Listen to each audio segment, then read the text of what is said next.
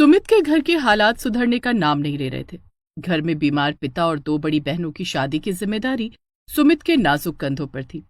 गरीबी के कारण सुमित 10वीं के आगे पढ़ाई भी नहीं कर पाया था।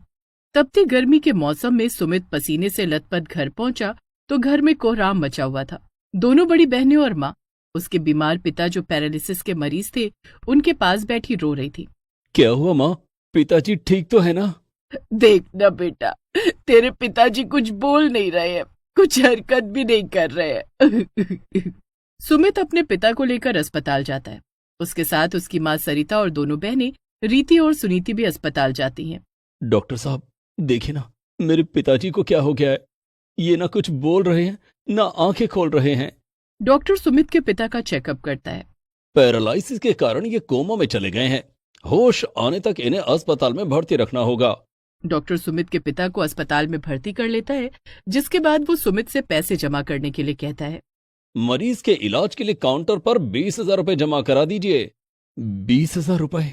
सुमित परेशान हो जाता है क्योंकि इतनी मोटी रकम उसने और उसके परिवार वालों ने कई साल से देखी तक नहीं थी। क्या बात है सुमित बेटा, डॉक्टर ने क्या कहा? माँ, डॉक्टर ने 20,000 रुपए जमा कराने के लिए कहा है। 20,000 रुपए? सरिता कुछ देर तक सोचती है, जिसके बाद वो सुमित से कहती है, सुमित बेटा, मेरे पास मेरा मंगलसूत्र पड़ा है, इसे बेच दे। नहीं माँ, मैं तुम्हारा मंगलसूत्र नहीं बेच सकता। बेटा, तेरे पिता ठीक हो गए तो ऐसे मंगलसूत्र फिर बन जाएंगे। जा तू इसे बेचा। ठीक है माँ। सुमित मंगलसूत्र लेकर बाहर निकलता है।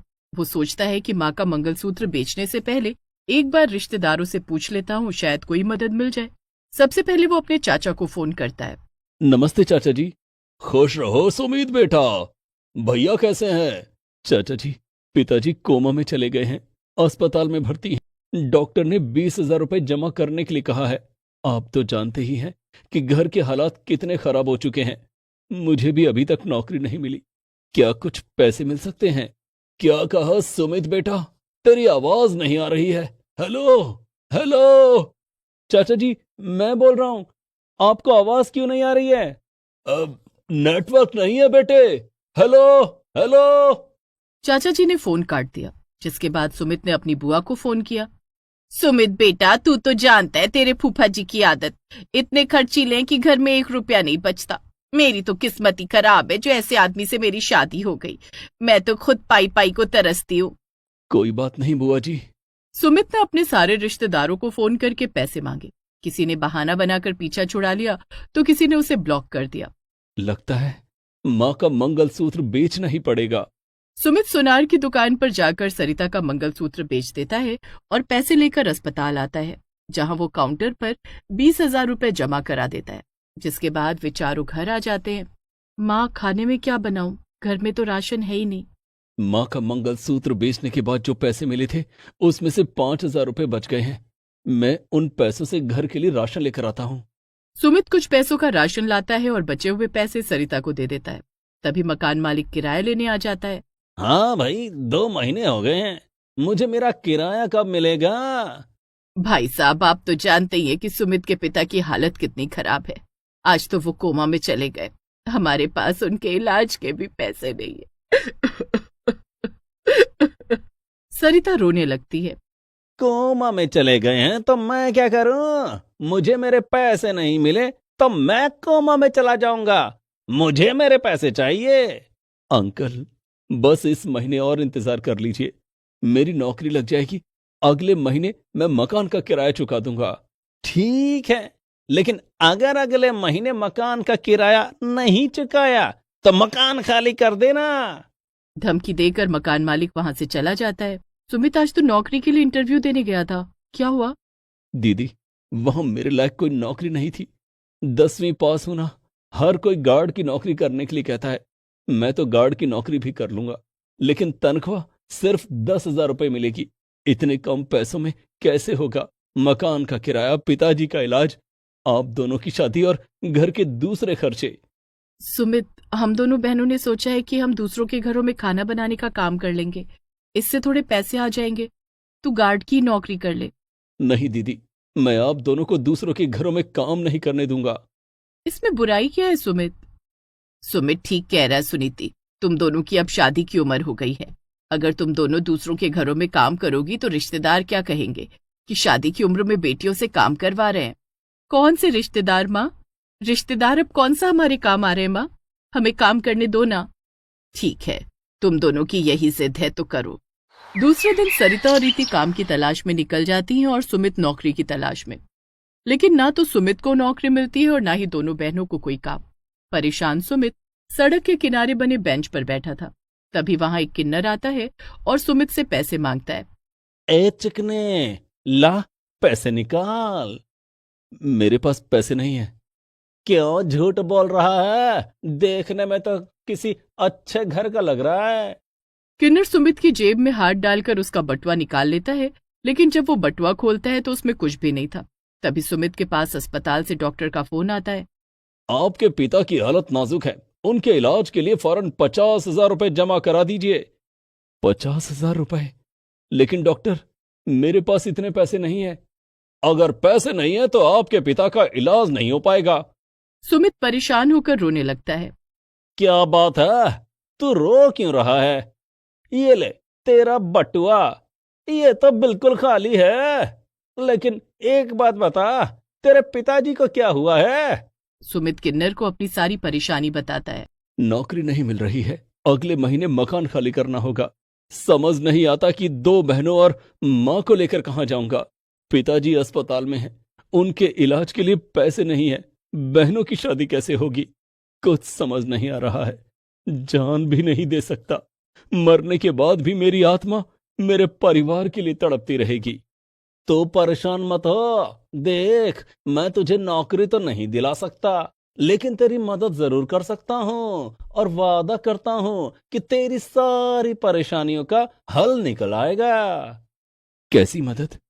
तू किन्नर बन जा, हमारे साथ शामिल हो जा, हमारी तरह पैसे मांगना, फिर देखना तुझे कभी पैसों की कमी नहीं होगी। हाँ। किन्नर बन जाऊं? लेकिन लोग क्या कहेंगे? तेरी मुश्किल घड़ी में कोई तेरे काम आ रहा है क्या? नहीं। फिर लोगों की परवाह क्यों करता है? चल मेरे साथ।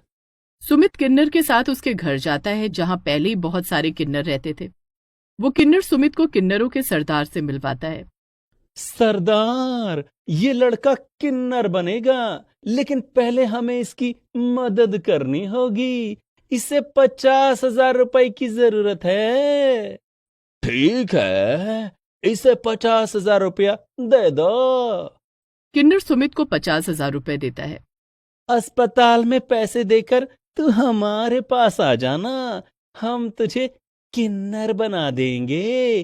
फिर तुझे हमारे साथ घूम घूम कर लोगों से पैसे मांगने होंगे। ठीक है। सुमित 50,000 रुपए लेकर अस्पताल जाता है और डॉक्टर को दे देता है, जिसके बाद वो किन्नरों के पास जाता है। किन्नर सुमित को भी किन्नर बना देते हैं। अब सुमित किन्नरों के साथ मिलकर सड़क पर आने जाने वाले लोगों से पैसे मांगने का काम करने लगता है। इधर सुमित कई दिनों से घर नहीं आया था। हमारी परीक्षा की घड़ी में सुमित ने भी हमारा साथ छोड़ दिया। माँ, ऐसा मत कहो, मुझे तो डर है कि सुमित किसी मुसीबत में ना हो। हमें थाने चलकर रिपोर्ट लिखवानी चाहिए। हाँ माँ, चलो। तीनों थाने जाकर सुमित की गुमशुदगी की रिपोर्ट लिखवाती हैं, जिसके बाद तीनों घर आ जाती हैं। सुनीति और रीति फिर काम की तलाश में जाती हैं और दोनों को खाना बनाने का काम मिल जाता है। माँ, हमें काम मिल गया है, कम से कम हमारे राशन पानी का खर्चा तो निकल ही आएगा।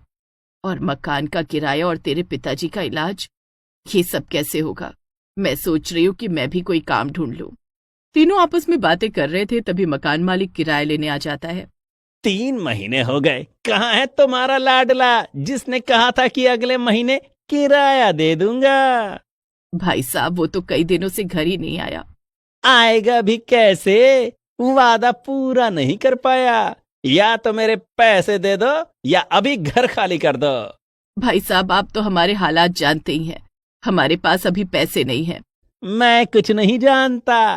पैसे नहीं है तो मेरे घर से निकलो। ऐसा कहकर मकान मालिक घर से सामान उठाकर सड़क पर फेंकने लगता है कि तभी वहां सुमित आ जाता है और मकान मालिक का हाथ पकड़ लेता है। ए किन्नर, तू कौन है? मेरा हाथ क्यों पकड़ रहा है? सरिता और उसकी दोनों बहनें सुमित को पहचान लेती हैं। सुमित बेटा, तू? सुमित सबसे पहले मकान मालिक को पैसे देता है। ये लो, आपके 3 महीने का किराया। मकान मालिक पैसे लेकर चला जाता है। सुमित, ये तूने अपनी क्या हालत कर ली? माँ, इसके अलावा मेरे पास और कोई रास्ता नहीं था। मैं अब आप लोगों के साथ नहीं रह सकता, लेकिन आप लोगों से मिलने जरूर आऊंगा। सुमित अपनी माँ को कुछ पैसे देता है और कहता है, माँ, ये पैसे घर खर्च के लिए हैं। मैं बहुत जल्द दोनों बहनों की शादी करा दूंगा और पिताजी के इलाज के लिए अस्पताल में पैसे देता रहूंगा। अब मैं चलता हूँ। सुमित वापस किन्नरों के पास चला जाता है।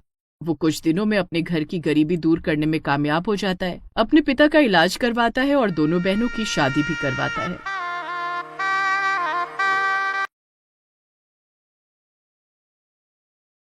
सुलेखा अपनी खटिया और बिस्तर लेकर आज फिर खेत की तरफ जा रही थी। उसकी सास, ससुर और ननद सर पकड़कर बैठे थे। कोई भी सुलेखा को खेत में सोने से रोक नहीं पा रहा था। अरे, कभी आप लोग भी मेरे साथ खेत में चलकर सोइए और देखिए खेत में सोने का आनंद क्या होता है। ये कहानी है सुलेखा की, जिसकी नई नई शादी हुई थी और आज ससुराल में उसका पहला दिन था। सुलेखा सर्वगुण संपन्न थी और उसने पहले ही दिन घर में सबका दिल जीत लिया। वाह वाह बहू, क्या स्वाद है तुम्हारे हाथों में। कितनी अच्छी रसोई बना लेती हो तुम। मजा आ गया भाई। हाँ भाभी, आप मुझे भी अपनी तरह स्वादिष्ट खाना बनाना सिखा दीजिएगा। बिल्कुल पायल, अब तो बहू हमारे साथ ही रहेगी। तुम इनसे सब अच्छे अच्छे गुण सीख लेना, तुम्हें तुम्हारे ससुराल में काम आएगा। सब बातें कर रहे थे, तभी सुलेखा का पति गिरधर आया और बोला, सुलेखा, मैं काम से जा रहा हूं। पिताजी, आप भी जल्दी से चलिए। आज बड़े जमींदार ने गांव के सभी किसानों को बुलाया है। जो भी हमने खेत की जरूरतों के लिए कर्ज लिया था, उसका ब्याज जमा करना है। अरे हाँ हाँ, चलो चलते हैं बेटा। सुनो सुलेखा, तुम्हें कुछ चाहिए हो तो मुझे बता दो। ये तुम्हारे लिए नया घर है ना, मैं तुम्हारी जरूरत की चीजें आते वक्त बाजार से ले आऊंगा। अच्छा, लेकिन मुझे तो ऐसी कोई भी चीज नहीं चाहिए जी। हाँ, आप मेरे लिए एक बड़ी खटिया ले आइएगा। सुलेखा की बात सुनकर सब चौंक जाते हैं। क्या कहा बहू, खटिया? लेकिन घर में इतने बड़े बड़े बिस्तर तो हैं, तो फिर तुम्हें आखिर खटिया क्यों चाहिए? हाँ, वो सासू माँ, मुझे खटिया पर ही सोने की आदत है ना, बस इसीलिए। अच्छा अच्छा, ठीक है बहू, हम तुम्हारे लिए एक अच्छी सी खटिया मंगा लेंगे, फिर तुम उसमें आराम से सोना। सुलेखा की खटिया शाम तक हाजिर भी हो जाती है। अब रात का खाना खाने के बाद सब लोग अपने अपने कमरे में सोने जा रहे थे। तभी सुलेखा की सास ने उसे खटिया उठाकर घर से बाहर जाते देखा।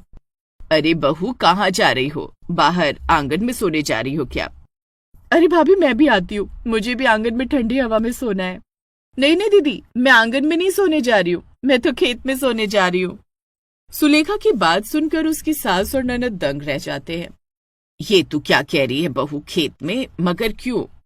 क्योंकि मुझे ना बचपन से ही खुले खेत में खटिया डालकर सोने की आदत है माँ जी। आसमान के झिलमिल झिलमिल तारे, ठंडी ठंडी हवा, आहा, ये सब कमरे की चार दीवारी में कहाँ? अरे भाभी, लेकिन आप नई बहू हैं, आप खेत में सोएंगी तो कैसा लगेगा? कैसा क्या, बढ़िया ही लगेगा दीदी।